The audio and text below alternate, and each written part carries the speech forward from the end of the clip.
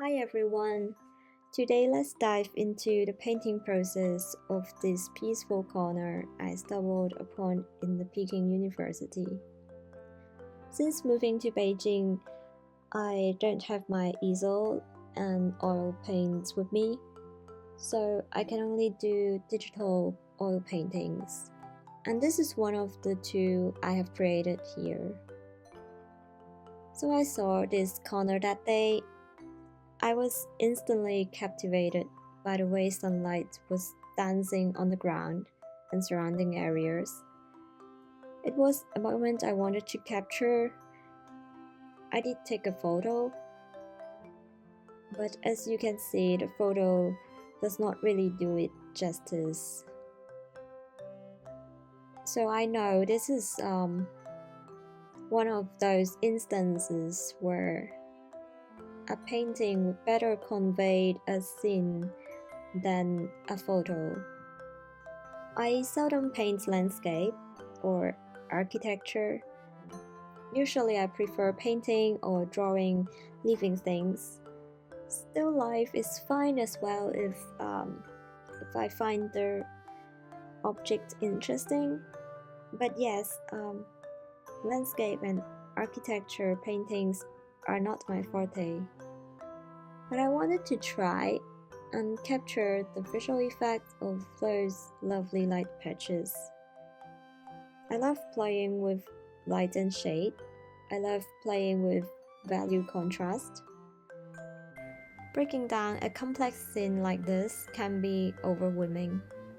So you can see that I started by simplifying everything into big shapes, focusing on the main forms, the walls, the ground, the pavement, the gates, the grass, the trees. This helps me establish the overall composition without getting lost in the details. I think this painting has demonstrated very well that objects do not have inherent color. Isn't it incredible how sunlight can completely transform the color of things?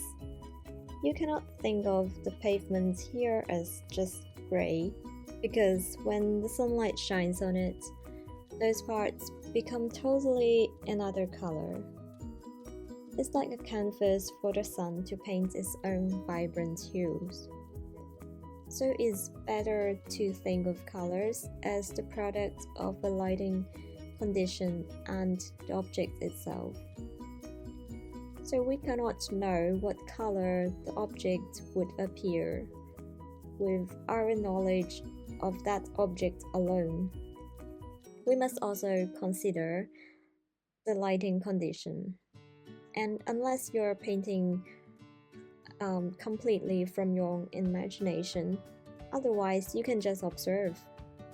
Forget about what you know about the objects and observe what they really look like in this particular scene, under this particular weather or time of the day, or just basically the lighting condition.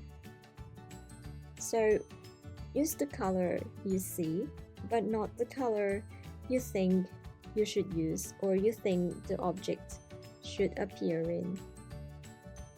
This is how I paint the effect of those light patches and shadow in this painting. On the pavement or on the red gates, the idea behind is the same. Is to paint with your eyes, but not just your brain. Don't imagine what things should look like, but observe. See what they actually look like to you. I would like to share something that's equally important. Now I find myself caring less and less about whether my art is considered good. I mean, there is a sea of incredible people out there making much more beautiful artworks than I do, no doubt.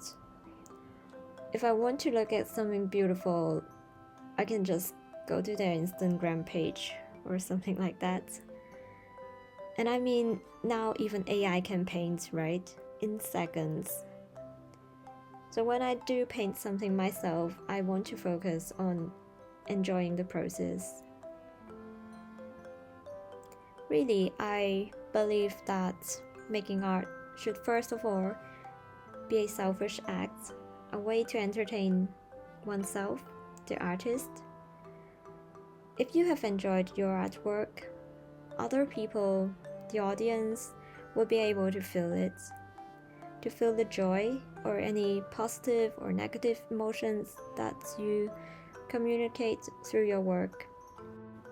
And honestly, when you learn to enjoy your work, to enjoy the creative process, it will matter less whether others like your work or not. If you have already enjoyed, then you have nothing to lose and everything to gain. And please remember, every painting goes through an ugly stage. Don't get discouraged there.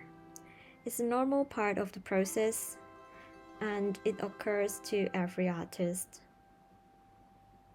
Just keep pushing through, and don't forget about value contrast, as I explained in my last video. So let me recap very briefly. When you feel that something's wrong, you can take a picture of your painting and put it side by side with your reference photo. If it is a problem with forms, like something is drawn too big or too small or of the wrong shape, you can spot that very easily this way. If you think you basically get the position and size of all the elements basically correct, then it's probably a problem with value contrast.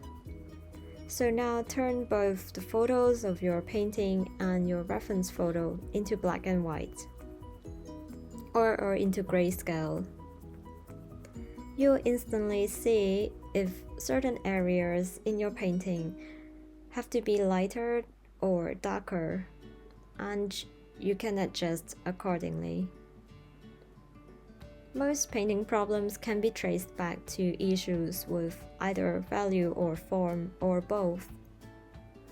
So do check out my other video on this matter as well.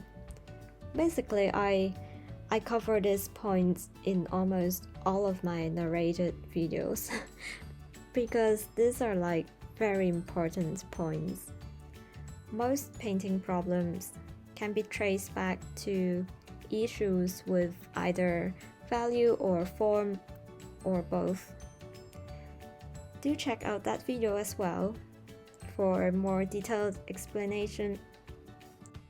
So even if, let's say, today you still cannot produce a satisfactory painting, but at least you can know how to analyze what was wrong and identify the areas that you want to improve.